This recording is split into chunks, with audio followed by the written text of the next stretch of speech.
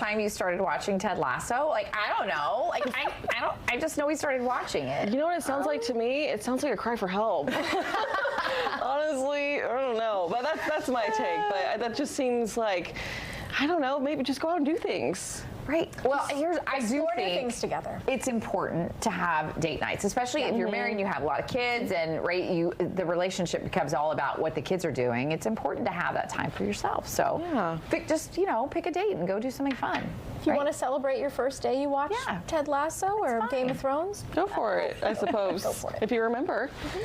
Well, a lot of parents are rushing to schedule out their kids' summer, but experts say hold off on that. Instead, they're recommending families have a good old-fashioned 1980s summer. So what does that mean? Parents and kids are unplugging from screens and technology and getting outside to play, like how the kids did back in the day in the 80s. And public health experts say children simply spend too much time inside. The average child spends less than 10 minutes a day in unstructured free play outside.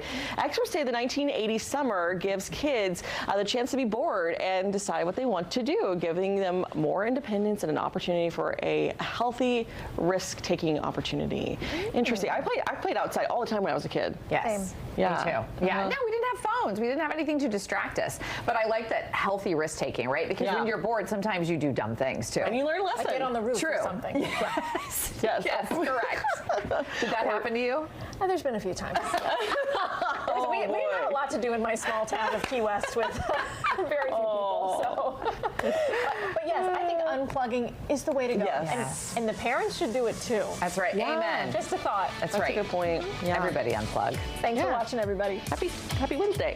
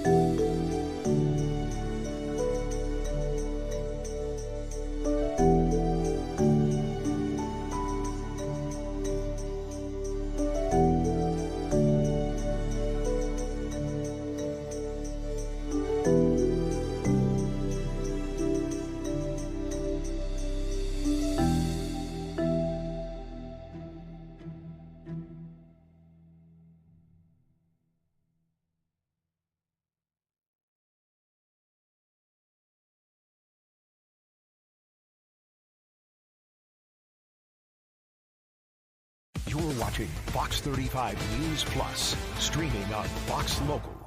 Well, good morning to you, and welcome into Fox 35 News Plus. I'm Garrett Wymer, and thanks for joining us on this Thursday morning live on Fox Local and on YouTube. Got a lot to get to in this next hour. I want to let you know what we've got ahead of us here. Governor Ron DeSantis was speaking in Fort Myers, or actually wrapped up just less than a minute ago. He announced his plan to veto a medical malpractice bill, what is referred to as the free kill bill. This bill that he has announced a veto of would repeal that law in the state of Florida. So we'll go into all that coming up in just a little bit. We are also talking with EA Sports as they today revealed College Football 26, dropping their reveal trailer just about an hour ago. We'll show you that and talk with EA Sports about what to expect with the upcoming college football video game. Exciting stuff for that company headquartered right here in Orlando. We're also going to check in with the Fox 35 Storm Team meteorologist Brooks Garner, who will talk with us about how a tropical development in the Pacific right now could indicate what we can expect early on in this hurricane season, which, as we know, begins this coming weekend. But we begin today with a story out of Brevard County where deputies have identified the third suspect in a shooting that injured a 1-year-old girl. Fox 35's Matt Trezza describes who they're looking for. Leonard Woods is the person that Brevard County Sheriff's deputies want to get a hold of. He's wanted in connection with a shooting that happened earlier this month in Cocoa. Let's get his picture on screen for you. Investigators say he was at the scene when gunfire injured a 1-year-old child. The little girl was just sitting in a stroller when the shooting happened. She was hit in the leg when 3 people started firing at each other outside a convenience store. She was taken to Arnold Palmer Hospital and expected to recover. Earlier, we spoke with the little girl's grandmother who didn't want to show her face on camera. I mean, it's senseless. My grandbaby was in the wrong place at the wrong time. She just turned 1. Like, it didn't have nothing to do with her. I don't understand why they was out here shooting. Deputies have already arrested 2 other people in connection with this case. Matt Trezza, Fox 35 News. And so if you have any information, you are asked to contact law enforcement. In Orlando, today is the deadline for companies to submit their proposals to build a permanent Pulse Memorial. This has been a long process. We know the city is looking at contractors to build that finalized design. And just moments ago, Fox 35's Marley Capper had the chance to speak with Orlando Mayor Buddy Dyer about this milestone in this process that has certainly been a long time coming as we near the 10-year anniversary of that shooting. Today is a really key deadline for just a long-awaited, relief for families with this memorial. I know you're really wanting it to be finished before your last term, and so what can you tell me about today with this deadline? How important is this? So we've gone through a very extensive process, the 1.5 years that the city's actually been involved with the Pulse Memorial. The group that were survivors and family members came up with a conceptual design that we're working towards, but now we're picking a contractor that will do a design build project, which means they take the conceptual design and create a whole design and then they construct it. My goal is to have it done in the summer of 27, which is about 6 months before I would go out of office. Definitely. What would your message be to families? Obviously I know that this year is year 9. And a lot of them are sad with how things were previously handled, but now that it's under your purview, things are getting done. So what would you be telling these families? So one of the things that we are doing that is significant, the conceptual design, and we're going to follow through on what was recommended, obviously, would take the building down. So that will happen in the not too distant future. So during the week of the Pulse Remembrance, we are giving access to families and survivors to tour the building if they desire. We're not suggesting that anybody do that. We're just giving them access, and it's a very structured process. We'll have grief counselors. We'll bus people there, have them there with just a few people for about 30 minutes, and then return them with people that they can get advice from if they need it. It was Mayor Dyer just a few minutes ago and talking about those site visits that are coming up in just a week or so, where family members and survivors will be able to tour the Pulse nightclub before that building is torn down, making way for that permanent memorial. In Lake County today, a competency hearing was canceled for the woman accused of plotting an ambush that killed a Lake County deputy. Fox 35's Amanda McKenzie has more on the case. Well, that is still remaining to be determined because this is the second time her competency hearing has been canceled, according to court records. Julie Sulpizio is the woman accused of leading Lake County deputies into a deadly ambush at her Eustis home with her husband and 2 adult daughters. Now, you can take a look at this recently released video from body camera footage that shows chaotic and desperate efforts of SWAT officers as they attempted to rescue a wounded deputy during a deadly shootout in Lake County last August. The incident began as a routine welfare check, but escalated into gunfire. Master Deputy Bradley Link was fatally shot and trapped inside the house. 2 other deputies were injured. SWAT officers deployed smoke grenades and flashbangs as they tried for more than an hour to retrieve Deputy Link. Authorities say Michael Sulpizio and his adopted teenage daughters Cheyenne and Savannah opened fire on deputies and later died by suicide before SWAT officers could breach the home. Julie Sulpizio was the only survivor and was arrested and charged with planning the ambush. After being committed to a state mental institution and diagnosed with schizophrenia, the court ruled last month that Sulpizio had been restored to competency through treatment and medication and is being held in the county jail to continue with court proceedings. The 3 deputies are being honored by the Tunnel to Towers Foundation tonight at a dinner in Lady Lake. Master Deputy Bradley Link's father will be there to accept the award on his behalf. Deputy Harold Howell and Deputy Stefano Gargano are expected to be at the event to receive their awards. Deputy Gargano is now on light duty. Fox 35 Storm Team meteorologist Brooks Garner joins me now. And Brooks, we're watching something in the tropics already. Yeah, Garrett, this is on the Pacific side, and while this will not impact our forecast here in Florida at all, it can serve as an indication of what may be to come in the Atlantic Basin in the few weeks to follow. There's a tropical depression that's formed, the first of the season in the Pacific, and it's forecast to become Tropical Storm Alvin. It's going to make a landfall early next week, likely as a weakened tropical depression. The water there is just too cold this early in the season, but whenever you get development in the Pacific early like this, it can sometimes indicate that the adjacent bodies of water in the Caribbean and in the Gulf are both warm enough, being above 82 to 85 degrees, and also the atmospheric conditions favorable enough for development on our side of Central America, in the Gulf and in the Caribbean. So one to watch. And in fact, if you look at the long-range forecasts from June 11th to June 17th, so this is now almost 3 weeks away, about 2.5 weeks away, there's a greater than 20% chance for tropical development in the Southwest Gulf's Bay of Campeche and in the Western Caribbean. Now, it's too soon to say if this is going to happen, but what happens is there's a semi-permanent area of low pressure that sets up seasonally over Central America. It's called the Central American Gyre, and gyre is just a word to describe this like lollygagging, circulating, kind of large-scale low. And like a big mountain bike tire, like picture a big muddy mountain bike tire, it can fling off bits of mud. And the mud in this case would be like little bits of storm energy, and it can create new systems. And so as that mud, if you will, gets flung off into the Caribbean and into the Gulf, that would be something to watch as a potential development spot in the coming weeks. And these early season systems, when they form, can be really rainy, not so much likely to be huge wind makers, but they can certainly produce some serious rain, like on the order of 8 to 12 inches if a tropical system from that origin region forms and then moves up our way. So we'll watch that. That would be in the middle of June. Another thing we're watching for next week, the first week of June, so this will be the first event, is dust coming in from the Sahara Desert.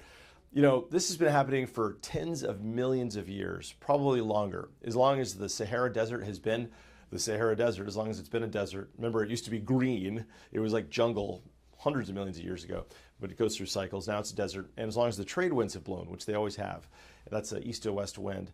And so that's how this dust gets transported over 5,000 miles across the Atlantic. A lot of people have a little trouble grasping the concept of it, but it happens every season in the late spring and early summer. It can affect air quality with high levels of like dust and grit particles that, if you have respiratory issues, can actually kind of affect you in your lungs. But for healthy people, it has no real impact. It can make the sky look kind of hazy. It also transports phosphates and minerals as well as iron minerals across the Atlantic, fertilizing coral reefs in the Caribbean and in the Florida Keys. Now, this latest model suggests that the first wallop of dust is going to actually impact the Gulf Coast states of Mississippi, Louisiana, and Texas, but we may see that dust kind of working back toward Florida. So we're going to have kind of a hazy period for the first week of June, with that possible tropical development in the second week of June. Right now, it's beautiful and it's nice outside. Waves of 2 to 3 feet at the beaches today. The water temperature at 82 to 83 degrees. Warm enough on the Atlantic side to support not just tropical development, but also the rainy season. You got to have water of at least 82 degrees for the rainy season to really do its thing. And with highs today in the low 90s, we're going to have enough moisture and heat coming off the Atlantic to produce widespread thunderstorms, and a couple of them could be on the severe side. Now, the onset of the daily afternoon storms today will happen later in the day, probably closer to 7, 8 o'clock this evening, maybe around dinner time. Now, we got storms in the Panhandle right now, and that represents rain from a cold front that's going to get here this weekend in a couple of stages. A big wallop of it tomorrow on Friday and on Saturday. Both are Fox 35 weather impact days. But for today, it looks like the rain's going to hold off for most of the day. It's going to be probably after the commute we see most of it. Yeah, we can see a few pop-up showers or storms on the Brevard County side around A1A and I-95 by 3 o'clock. But it's really going to be the progress of the Gulf sea breeze, which will produce widespread storms on the I-75 corridor at commute time at 5 o'clock that'll crash into the approaching Atlantic sea breeze around 6 to 7 that creates a blossoming of thunderstorms. And these storms could have wind gusts over 60 miles an hour and some large hail over 1 inch before they finally clear the coastline for a quiet night. Lightning will be a big threat today, but the things making them potentially severe will be the wind gusts over 60 and hail over 1 inch. Also an outside chance for a funnel cloud or maybe a brief tornado. Now looking ahead to tomorrow, we're going to have, it looks like an onset of rain much earlier in the day. So some Friday morning rain can't be ruled out mid to late morning across the Ocala villages and Gulf Coast County areas. Eventually that looks like it'll work southward. We could see some significant rain here by early afternoon on our Friday tomorrow. So tomorrow's a weather impact day where it doesn't look to be a widespread severe threat. I mean, we could have a couple of severe storms, but it looks to just be kind of an unsettled, rainy, rumbly day that if you have plans to do stuff outside, this kind of weather could negatively affect those plans, right? If you have plans to go to the pool or whatnot, it may be raining and rumbling. And then on Saturday, a physical cold front pushes into the region, and that's going to produce a widespread swath of downpours and some thunderstorms in the morning on Saturday before finally that front moves southward across South Florida, clearing the decks for what will be a beautiful and dry Sunday. So Saturday is also a Fox 35 weather impact day. There may be some more severe storms we'll see on Saturday, but the good news is the rain coming in the morning, it won't have the benefit of tapping that heat that you'd have from the heat of the day. That if the storms came in during the afternoon, they'd be a lot bigger, in other words. So today, a 60% chance. Tomorrow, about a 60% shot, but they could be a little bit stronger, a little bit earlier onset. Saturday, most of this in the morning, and then Sunday, which happens to be June 1st, the start of the hurricane season, just a 20% chance rain, mainly south. But that front that comes through will actually come back at us for the middle of the week as a warm front from the south, bringing with it rain and also helping to usher in some of that dust for next week. So, Garrett, there's a lot of moving parts in the forecast. We've got storms, dust, and tropics. Yeah, a lot to cover there. But it looks like Sunday is the pick of the week. Yeah, Sunday will be a great beach day. Absolutely. Sunday looks to be the day. So that's at least something. That's good. It's a salvageable weekend. It's not a loss. It's not going to rain all weekend. But it's funny because, just a few weeks ago, Garrett, we were all complaining about this unrelenting drought. And right. Joking that we couldn't buy a raindrop, but now we have so much people are like, when can I go to the beach? When's it going to stop? Right. It's funny how fast that changes. Exactly. Yeah. The grass is always greener. Fox 35 Storm Team meteorologist Brooks Garner, we appreciate you joining us. You bet. My pleasure, Garrett, as always. See you tomorrow. And as we go to break here, speaking of beach days, here's a live look at Daytona Beach from our Hard Rock Hotel camera. We're going to take a break on Fox 35 News Plus, but we will be right back after this.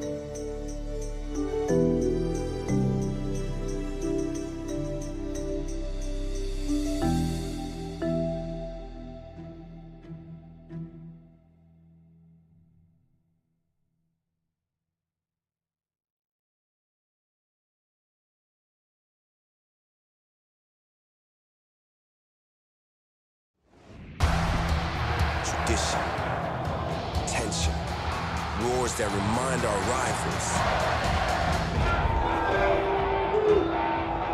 they're not in Kansas anymore. How about that? The trailer reveal today from EA Sports College Football 26, the highly anticipated follow-up to last year's College Football 25. And in case you didn't know, EA Sports headquartered right here in Orlando as well. And joining us live now to talk about this big day and what we can expect in the upcoming EA Sports College Football 26 is Rob Jones, Senior Production Director with EA Sports College Football. Rob, great to talk to you. We appreciate you joining us here on Fox 35 News Plus. Just happy to be here and happy to talk about college football. Yeah, so we know there was a lot of build up to last year, probably just as much excitement for this year. Just talk to us about what that is like from y'all's perspective on a day like today, seeing that the trailer reveal, being able to finally talk more about what is in store. Well, it's a really exciting day for us. Obviously, we have a lot of media in here today. We're showing off all the things that the team has been working on the past year, and it's really exciting to get the reaction from the public. I was actually, as I was waiting for this, I was on Reddit trying to see what people were saying. But ultimately, it's just a culmination of a lot of hard work by a lot of team members who are incredibly passionate about college football and football in general here in Orlando. Talk to us about what folks can expect, maybe people who played the game last year. What are some new things that they can expect in this year's edition? I think the big thing, that we keep trying to drum into everyone is that we listen to our fans.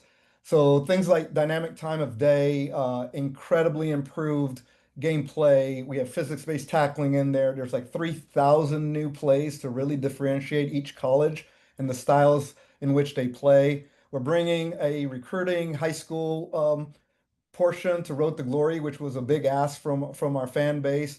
And obviously our Dynasty mode, not only is it crossplay this year, which is amazing, but also has a lot of additions, a lot of things that were asked for, and then a lot of new things that we just wanted to bring to the public. All about the realism. You talked about, we talked before about the details that go into this, and there's so many details, and you're talking about, the physics of some of these things, the real time, time of day, all of those things. It really is amazing what you're able to do and the realism you're able to bring to this game on these current platforms. Yeah, I've been doing this for a really, really long time, and it's come a really, really long way. But the expectations out there, people want to feel like it's Saturday, right? You can tell I'm a Michigan fan, a Michigan grad. I want it to feel just like my school. And we are doing everything we can to bring that excitement, that feeling of being at the stadium while actually obviously controlling the players and the strategy and all those other things into your own living room through these consoles and these games that we make. Rob, I've got to ask you, what are you personally most excited about? You know what? Playing with all the different teams for me and I'm a really big competitor. So obviously I'll play with my team more than any. But the variety of play that continues to really drive the engagement across an entire year is amazing for me. So I'm really excited by everything that we've done this year, from how we're representing every school to the depth of play. But the biggest thing for me, obviously, this year is going to be the discovery of how different teams play and how I can use them to be the best player out there. So if for anyone that wants to challenge me, I can give you my gamer tag a little bit later. All right, sounds like a plan. Rob, we have the covers up that were recently unveiled as well for the standard edition on the left. We got the deluxe edition on the right, and I got to say it's pretty cool being able to include now current players who are on the roster. Yeah, that's a big change. I mean, these two players that we chose this year, they're in their sophomore season. I mean, Ryan Williams was 17 last year as a freshman. I think Jeremiah Smith was probably the most dominant player in football, if you really think about it. I mean, he was amazing.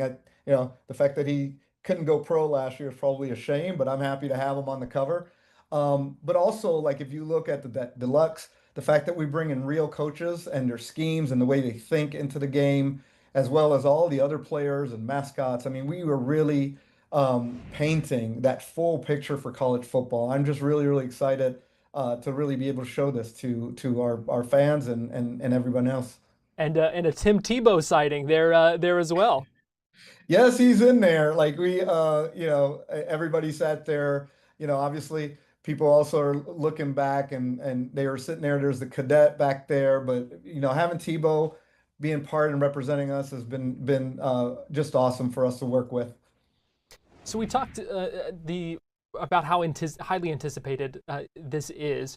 We know the reception the game got last year, being so selling at a record pace. I mean, it was. Did you feel any pressure coming off of that success for this year's game to make it even better? Did you feel some of that pressure? We do. I mean, obviously, when you do something that special, you're gonna sit there. But one of the things that we've always said, and I think the team kind of embodies that, is one, there's always more that we can do, but two, I always sit there and it's like, hey, get to the top is easy. Staying at the top is a little bit harder than that. And for us to try to do that and replicate it, obviously we lean into knowing what our players want, and also our passion for the sport, our passion for the schools, our passion for everything that surrounds college football. So I'm just really proud of what they've been able to deliver this year, and hope that everybody gets to enjoy it and see it the way we see it. And so the game releases July 10th, so not too much longer to wait. What should people know? What's the main message to fans who are itching to play this, myself included, in a little over a month or so? Well, I can tell you this much, right? I think everything that was in the game last year is amped and way better than it was. But beyond that, and take it from somebody who can be skeptical a lot of times, once you play college football 26, there's no way you go back to college football 25. And that's really a tall order, right? For as much as people played this year's game, it's really saying something. Me personally, sitting here having worked on this for the last year, can sit there and tell you that. Why is that? What do you think it is that really amps it up and kind of takes that to the next level? Well, I think it's a combination of all the things. I think it's more accessible to a wider set of people. I think we've answered a lot of the questions that were posed between last year and this year, in terms of the depth that we wanted to bring, in terms of the quality of experience, the ease of use, the new things that you'll find both in gameplay. Your gameplay experience is just going to be night and day from last year. So there's a lot that we've done from that perspective. But ultimately, it's a full package. It's a full package that there's no way that you can't take the two side by side and go, you know what? This is a big step up, a big upgrade from last year's game. All right, Rob Jones, the Senior Production Director with EA Sports College Football, joining us live via Zoom from Orlando. Rob, we appreciate you joining us here on Fox 35 News Plus. Great to talk with you, and can't wait to play the game. Yeah, I can't wait to hear what you have to say about it. So, reach out to me. All right, we will definitely follow up. Rob, good chatting with you. Thanks for joining us. Thanks for having me. We're going to take a break, and we'll be right back.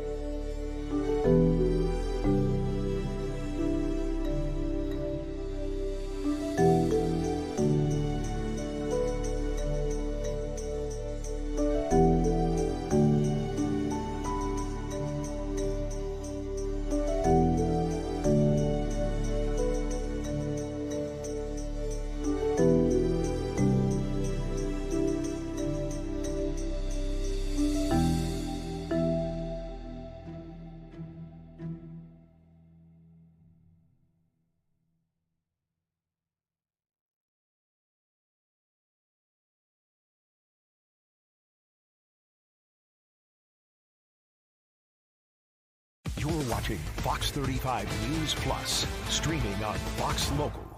Welcome back into Fox 35 News Plus. I'm Garrett Wymer, and thanks for joining us on this Thursday morning, live on Fox Local and on YouTube. We just had a fun conversation there with EA Sports, talking about the upcoming college football 26 video game releasing this summer. So really fun conversation that we were able to have with them about that. Well, an alert for pet owners: cane toads are back in Florida. It's an invasive species that secretes toxin that can kill your pet in as little as 15 minutes.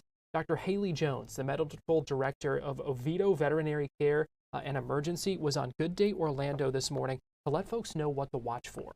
So let's talk first about how significant of an emergency this is. Is this something that you have seen in your practice? I haven't seen it here yet, but I saw it a lot when I was still in vet school in the Caribbean, and we saw a couple of cases when I was working in South Florida. Okay, so let's talk about when you do see a case like this, what do you do? First, Liz, as a pet owner, what do I do if I think my dog has perhaps licked one of these toads? So the best thing to do before coming in would be to get a wet towel and wipe out your pet's mouth. Don't get the hose, but definitely wipe out the gums, wipe the tongue, because all of the toxin is absorbed through the mucous membranes. Okay, so that's step number one. And then what do I do next? And then bring them right to the vet, because there's no real antidote to the toxin, but it can affect their heart. It can cause neurological side effects as well. So they would need to be monitored after that. So, Doctor, the other thing that we want to do is we want to show. I want to get you into this news conference media availability right now in Volusia County, where Sheriff Mike Chitwood is talking about an arrest made in a case there. Let's go ahead and listen in.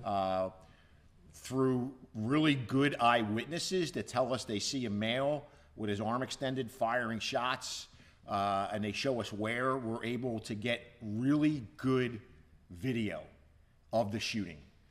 Our hero here, Travis Fowler, who's 25 years old, he is firing at people that are running away from him. The detectives then go back and they find a gas station on that same block. And in that gas station, Fowler is heard on video arguing with other folks over money. And then he uses his EBT card to make a purchase. So that is where we start to go with this. We then do a quick briefing research on him, and we discover that in April, he was stopped at the Sonny's Barbecue there at 92 and Woodland Avenue, and he had a black Taurus firearm with an extended clip on it, but there were really no charges on him other than a traffic investigation that was conducted. So based on all of those circumstances, they interview Travis, and he tells us the other day that, I don't know what you're talking about. I was in Orlando when that happened. And then they showed him the video. And then they showed him his EBT purchase card. And he's like, yeah, well, I lied. So he is being charged with first-degree attempted murder, 2 counts of aggravated assault with a firearm, and firing into an occupied vehicle. And what is so impressive in this is the legwork that the detectives put in. The fact that you had eyewitnesses who stayed on the scene and were able to point out exactly what happened, which led us to the car dealer where we got the video, to the gas station, which happened to have audio, where he's seen arguing with these guys. You know, he's dressed in the same clothing, uses EBT card to make a purchase. And thank God that the 16-year-old's not dead. You know, he's hospitalized. He has serious injuries, as you can imagine, taking a headshot, but he's alive. And obviously, you know, you got a 25-year-old who's got there's no conscience there. It's just, I'm in an argument over money, so just whip out the gun and just run down Woodland Avenue and just fire indiscriminately after people that are running away, and this is what happens. You know, a 16-year-old coming home from a graduation party with his parents almost lost his life. You know, and my hopes and prayers are that he makes a full recovery, because again, He got shot in the head. He's got a brain injury. So, you know, we're all thinking of him and we're praying for him, but I cannot thank the witnesses enough, and I cannot thank my detectives. The fact that they painstakingly went through everything. Now, right now, as I speak to you, we are in the process of searching his vehicle, and I'm getting my fingers crossed we recover the firearm. We did recover shell casings out there from the night of the scene, and I think we recovered shell casings last night when we served the search warrant on his home. So there's still a lot of forensic evidence in there. In the video, it looks like he does have a firearm in his pocket, and then obviously the other video in the gas station, and then the other video clearly, you know, when you put the videos together, it's him coming out of the store firing at the guys as they're running away from him. So, you know, I'm excited because it took us, what, 5 days after the shooting, working around the clock for my men and women to be able to bring this scumbag to justice, and that's what he is. There is no moral boundary there. He just has no anything about the sanctity of human life here, and he almost cost a 16-year-old his life for doing nothing other than coming home with his parents from a graduation party. I think I covered all that, right?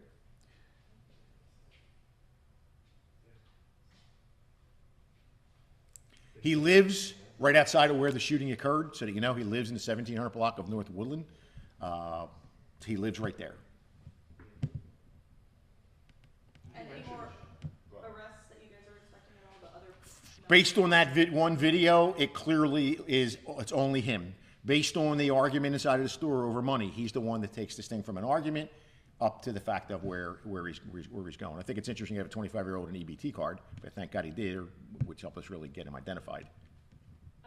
The other day, I know this wasn't yours, but we also had the other shooting in DeLand at the bar. McCabe's. Yeah, Umberger said that they're working with you guys on a new kind of sting to crack down again on illegal firearms. Oh, okay. I thought you were going to say the bar. We're going after the bar, and we're going after the bar's liquor license. Yeah. But we have been working closely with the land, and without spilling too many details, there's technology out there. There's a task force put together. We have some ballistic evidence that we're working with. There's a bunch of moving parts to this, but to tell you, I think what we're doing with the DeLand PD is been unprecedented as my time in the sheriff's office. Everybody, my folks and DeLand's folks have really ramped up their game big time, because there's probably a dozen shooting incidents that have occurred that there's linkage to them, that we were able to link together pretty quickly using technology, and now it's just a matter of time for the other shoe to drop, and the other shoe is going to drop here shortly. And it's not a baby shoe. It's not a booty. Do you know if the gun for the kid, is that registered to him, or do you know where he got it, or whose it is? We don't know. We didn't confiscate the gun because there were no charges. And remember, under Florida law, permitless carry, he's allowed to do that. And so even though it was a traffic stop, there was nothing there to seize that firearm. But it's interesting that he was arrested, or not arrested, here was a car stop half a block from his home, and he's got a 9mm Taurus with an extended clip out there. So there's still ballistic work that needs to be done. And like I said, I got my fingers crossed that when they execute the search warrant on that car later on today, that gun's inside that car. But either way, the video, I mean, we're pretty confident. The video shows the person who was in the store using that EBT card to make a purchase, and the person lives right there. The shooter lives right where the incident occurred, 1700 block in North Woodland Avenue. Sheriff, in the last month, there have been several crimes involving firearms in the county. My question is, what do you attribute this rise to? Lawlessness. That's what it comes down to, is lawlessness. When you look at some of the shootings that occurred, you know, the McCabe's incident, how that person's not dead, I don't know. He's not dead because the shooter in that case was a bad shot. But when you look at these shootings, they got a firearm and they have a grievance, and the way to settle that grievance is to reach for their gun and pardon the street term, light somebody up. Street cred is what it comes down to. But this is a case which shows to show you bullets don't have erasers on them. You know, Did he intend to shoot the 16-year-old? No, he intended to shoot other people. But as a result of what he did, being so reckless and careless and not having a scintilla of humanity, he just opens fire in a crowded area. The bar across the street, OBs, there's a bar there with people inside of that bar, outside of that bar. But they don't think that way, 25 years old, he's been arrested a few times. Car brakes are his big thing. He was arrested for breaking the 10 vehicles back in 2019. And he was arrested for armed burglary, I think, in 2019 as well. But he's off of probation. I guess apparently he didn't have a felony conviction because we didn't seize his weapon. Was this better than going to the First Lady? Volusia County Sheriff Mike Chitwood there seems to be ramping up, talking about the arrest of 25-year-old Travis Fowler. Go ahead and listen in. I have to take you to the candy room. We have a room right over here. We are going to get licorice. Okay. I was making sure there weren't any other pertinent questions being asked. 25-year-old Travis Fowler, who you see on your screen there, arrested with attempted murder, 2 counts of aggravated assault with a deadly weapon, shooting into an occupied vehicle, and providing false information to law enforcement. According to the Volusia County Sheriff, Fowler was in an argument with some other people over money at a gas station. They say Fowler ended up firing shots. One of those shots ended up hitting a 16-year-old teenager who was riding in the car with his family. That teenager in the hospital right now with what the sheriff called serious injuries, brain injuries as well. A 16-year-old shot in the head, but that the 25-year-old suspect, Travis Fowler, now arrested, as you heard from the sheriff. We're going to take a quick break here on Fox 35 News Plus. We'll be right back.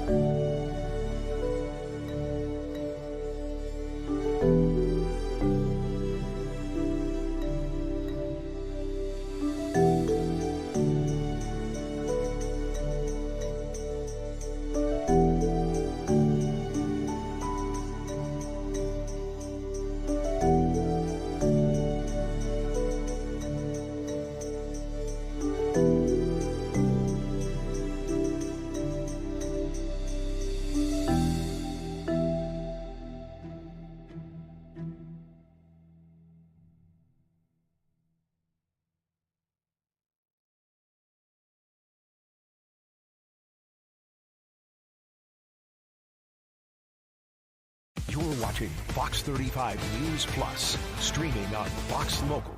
Welcome back into Fox 35 News Plus. I'm Garrett Wymer, and thanks for joining us on this Thursday morning. Governor Ron DeSantis was in Fort Myers this morning with the Surgeon General, Dr. Joseph Ladapo, announcing his plan to veto the free kill repeal bill. So it is well, let me explain it this way. Current law right now restricts those who can sue for medical malpractice. This is a law that went into effect back in 1990, so 35 years ago, and that allows only spouses and children under 25 of someone who died to sue for certain malpractice reasons. Lawmakers during this past session passed a bill to repeal that. The House passed that bill 104-6. The Senate passed it 33-4. Florida is the only state with a law like this, what is referred to derisively as the free kill law. The governor, though, today announced, reiterated, I should say, his plans to veto this bill and said that he is concerned about potential costs and a number of other things. Here's some of what the governor had to say. When I became governor in 2019, Florida was considered what they termed it a judicial hellhole. And part of that is because we had an activist judiciary, which really wreaked havoc in this state for many, many decades across a wide variety of issues. When I became governor, though, there is a 7-member court. It was a 4-3 split in the wrong direction. 3 of the 4, though, had mandatory retirement. So when I got sworn in, they had to leave the court. So I was able to make 3 appointments, and we've really transformed the court from that activist bastion where good reforms would just be batted down, more on political grounds than anything, into one that's much more predictable in upholding the law. And that's not even true in a medical context. It's true in the business context. It's true in individual freedoms as well. So that really, the Supreme Court change was absolutely huge. And, there have been things that had been passed by voters in the past many decades that court would nullify effectively. And then the legislature would do a lot of things and they would nullify.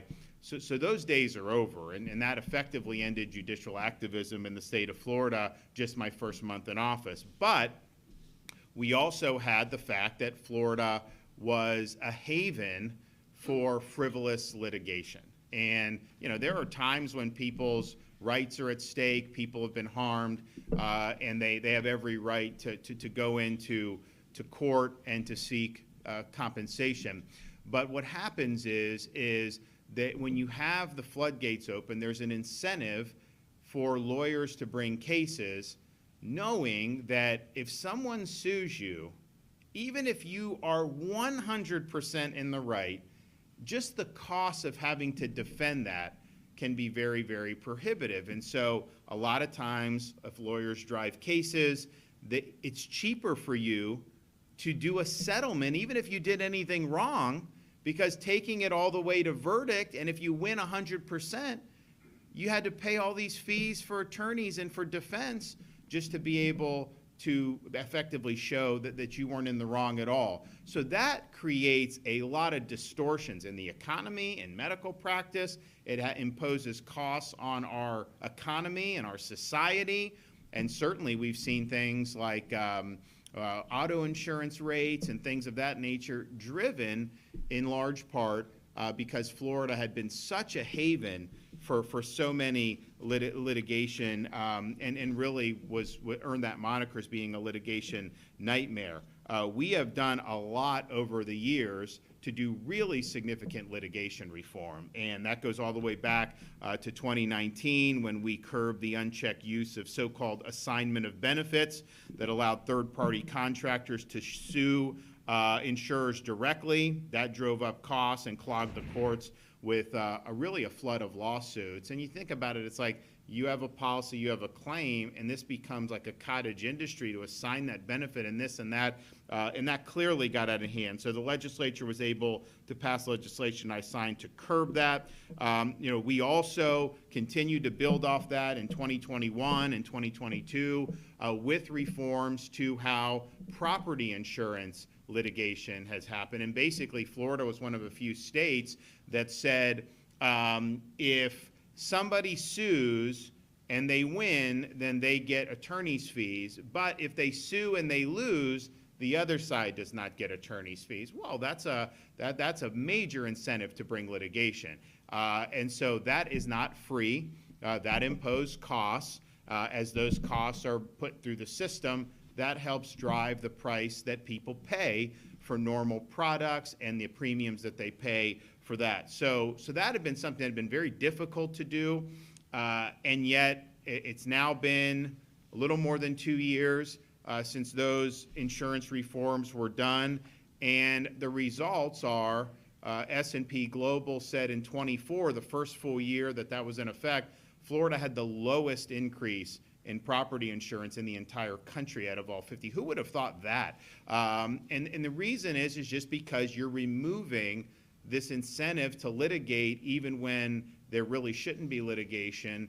It makes it less costly. That's why so many people are coming in to do business in Florida. You know, California, they're all leaving for insurance. Like the people that had the fires, they're leaving. Florida, we've had companies moving in since these reforms. Who would have thought that? This is a state that's the most complex insurance market for property in the country, maybe even in the world.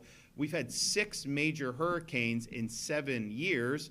I know people in Southwest Florida are very familiar with the last few years in particular, and yet, so far this year, you're basically seeing the rates be stable. You haven't seen them go up 30% like they were prior to these reforms. So that's something that's been meaningful. It has added stability. You have seen more people come into the market. There's just no question that that's the case. Then the following year, 2023, the legislature passed and I signed a broader tort reform and litigation reform, even outside the context of property insurance. And that, I think that's had, people could tell you, small businesses, it's had a positive effect here, but on auto insurance rates. So far this year, the average auto insurance from the major companies is down 4 or 5% in Florida. It's up almost everywhere else, and auto insurance has been the #1 inflationary item across the country over the last 4 years, and the only reason Florida saw a decrease, our drivers aren't getting any better, I can tell you that. It's a tough nut to crack, you know, it just is. But the reason why is because of the litigation reform. I mean, that's the reason why. And you talk to any company, why are they able to offer more affordable rates? Well, it's because we've removed the incentive to litigate first and ask questions later, and that has reduced costs throughout the system. So this has been a lot of heavy lifting. There have been people that have been involved in Florida government and the political scene for like 25 years who've been trying to get legal reform to get us more in line with what works. And, you know, you can see some of these things in different parts of the country.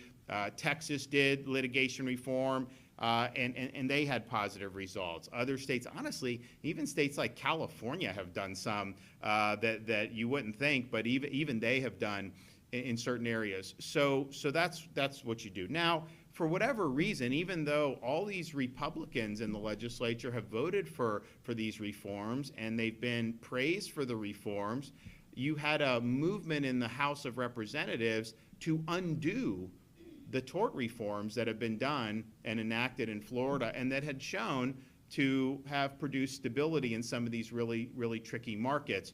And it failed in every instance except one, to even advance past the House. The Florida Senate said they wouldn't consider it. I was not going to support what they were doing. Now, the one bill that they did was a bill to undo legal reform and tort reform.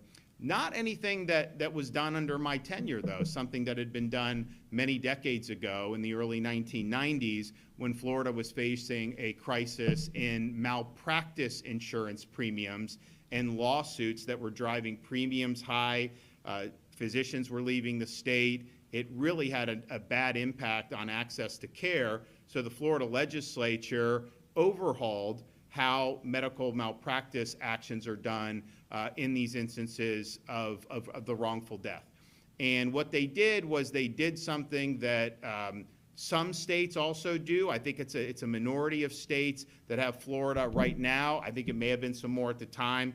But what they basically said is, medical negligence, obviously you have a right to go in and get compensation. If something happens to you, of course, you can do that. But they limited 2 instances to where you could sue for economic damages, but you couldn't sue for so-called non-economic damages. And those 2 classes were if you had an adult child age 25 or older who was not dependent on a parent with no surviving spouse, if you had an action, that 25 or older independent child could sue and get economic damages, but they could not sue for so-called non-economic damages. And the same would apply if a parent was suing on behalf of a 25 or older minor or child, independent child with no surviving spouse or no heirs. You can sue for the economic damages, but not. And the question is, well, why did they do that?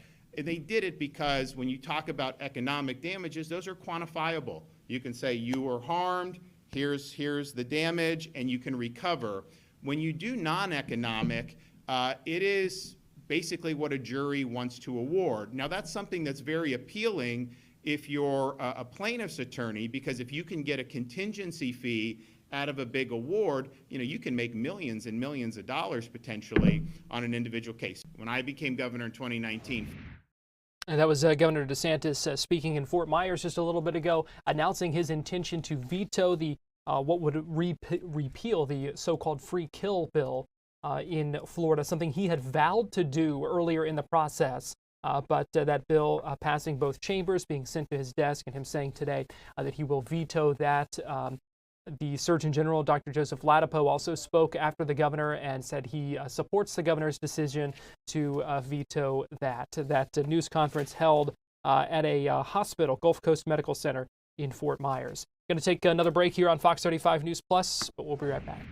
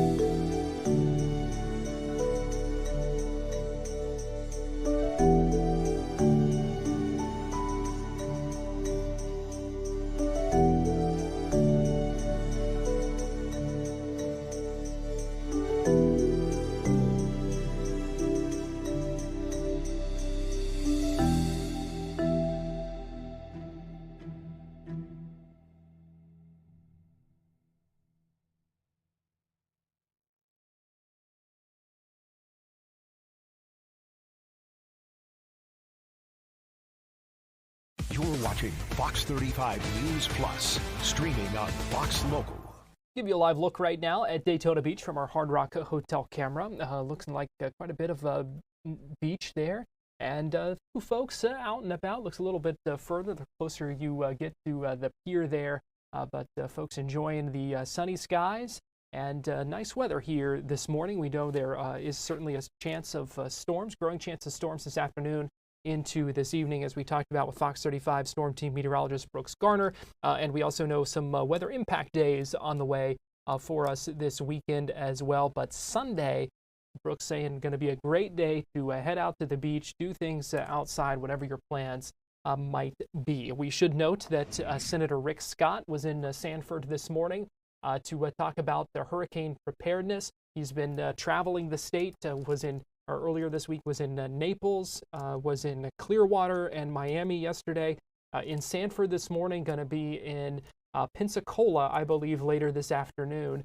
If you join us at 2 o'clock on Florida Live, we will take you inside that news conference in Sanford as he talked about the ways that we are preparing here for the hurricane season, which begins on Sunday. And speaking of hurricane season, coming up next, right here on Fox Local, our Fox 35 Storm Team Tracking the Tropics Hurricane Season Preview Special with our entire Fox 35 Storm Team, looking at a lot of different angles of preparing, looking at the season forecast or the season projections, taking you inside the plane that the hurricane hunters use. A lot of cool stuff there. That's coming up in just a couple of minutes right here on Fox Local, so we hope you stay tuned for that. As we wrap up Fox 35 News Plus this morning, leave you with a view of